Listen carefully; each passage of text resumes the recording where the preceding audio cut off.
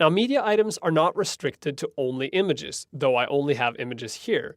You can also upload other items like PDF files or documents, audio files, and even videos if you want to. The management of these items will be the same regardless of what type of content you upload. So let's first take a look at the media library. Just like with the posts and pages sections, you can add new media items here. You can filter the items from all to just images and other content to unattached, and you can do bulk actions on the items. Looking at individual items, if you hover over them, you can navigate directly to the editor for that item. You can also delete the item permanently, and you can view the item. This view button will take you to the attachment page for that item. Over on the right, you can see the author of the item, so that would be the person uploading it. You can see what page or post it was uploaded to, and you can even navigate directly to that page to make edits to it.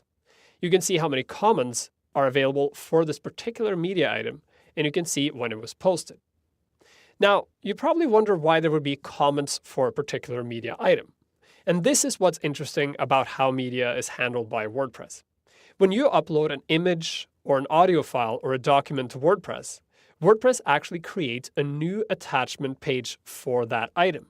And that attachment page is just like any other post or page in WordPress. You can visit it individually, you can read the content on the page, and you can also leave comments if comments are enabled. Let me show you exactly what I mean. If I go in and edit this item that I uploaded, you'll see that here we have the title of the item. That would be the title I put in when I uploaded the image. You also have a URL directly to the attachment page for the item. You have information about when it was uploaded. You have a file URL pointing to the original uploaded file, and you can delete or update the file if you want to. Scrolling down, you'll see here we have the caption, where you can put in a caption that will then be applied to every place where this item displays. You have the alternative text for the image, so this would be what happens if the image does not display. And finally, you have the description. And here I put some text in just to show you how the attachment page works. If I scroll up here, I can jump directly to the attachment page for this image. Here you see the title, the upload date, information about the image itself, the page that it's related to, and when I scroll down, you see the description that I entered in for this image. This is really important because if you upload an image that has a lot of information and you add a description to that image, people can actually find that image through the text you add. So for example, if you have a graph or a chart and you want to share the actual information in that graph or chart, you can put it in the description for the image, and that description will then be indexed just like any other content on your site, and people will be able to find that image through a text search on Google Images or on Bing Images or somewhere else on the web. Once they find the image, they can also leave a comment if they want to. If you don't want people to leave a comment, you can go back to Edit Media, go to Screen Options, and activate Discussion. Scroll down, and turn Allow Comments off. Now, there's one more thing about uploading content to WordPress. I told you previously that when you upload images to WordPress, WordPress will actually make a series of different versions of that image for you to use. The settings for how this happens are found under Settings and Media.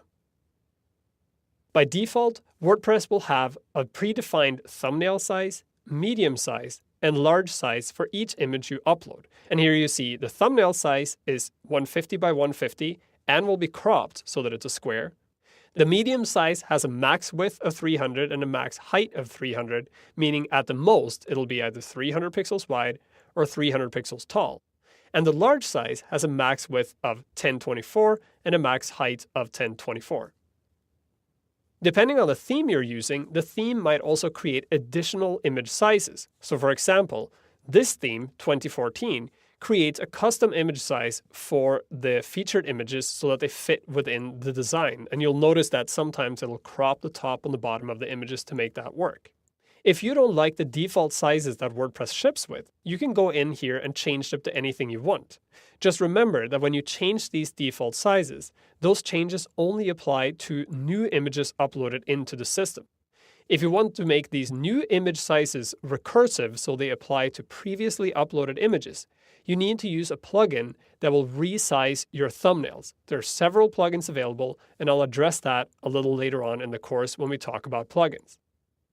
On the media settings page, you also have an option at the very bottom that's worth taking note of. By default, when you upload files to WordPress, those files are stored in month and year-based folders, meaning if you go into your server, you'll see all the files uploaded on a certain month in a certain year, and you'll be able to navigate through that system that way. If you turn this option off, all your files will just be uploaded into the same folder. So in most cases, I'll encourage you to keep this checked.